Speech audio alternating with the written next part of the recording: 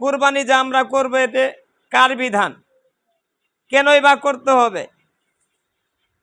শুধুমাত্র আমাদের শেষ নবীর ওপরে এটা হয়েছে, না ইব্রাহিম আলাইহিসসালামের ওপর এটা হয়েছে, না হযরত আদম আলাইহিসসালাম থেকে এই নীতিমালা ছিল?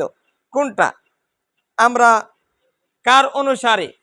আমরা বলতে পারি যে ইব্রাহিম আলাইহিসসালামের সুন্নত, আদম আলাইহিসসালাম থেকে শুরু করে ইব্রাহিম আলাইহিসসালাম পর্যন্ত যত নবী ও রাসূল গেছেন তারা তো কুরবানি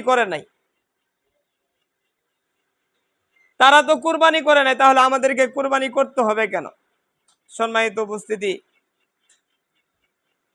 আদম আলাইহিসসালাম থেকে কুরবানির নীতিমালা ছিল। আদম আলাইহিসসালামের দুইজন ছেলে ছিল, হাবিল এবং কাবিল।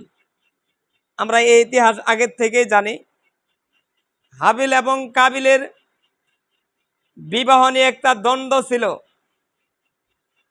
তার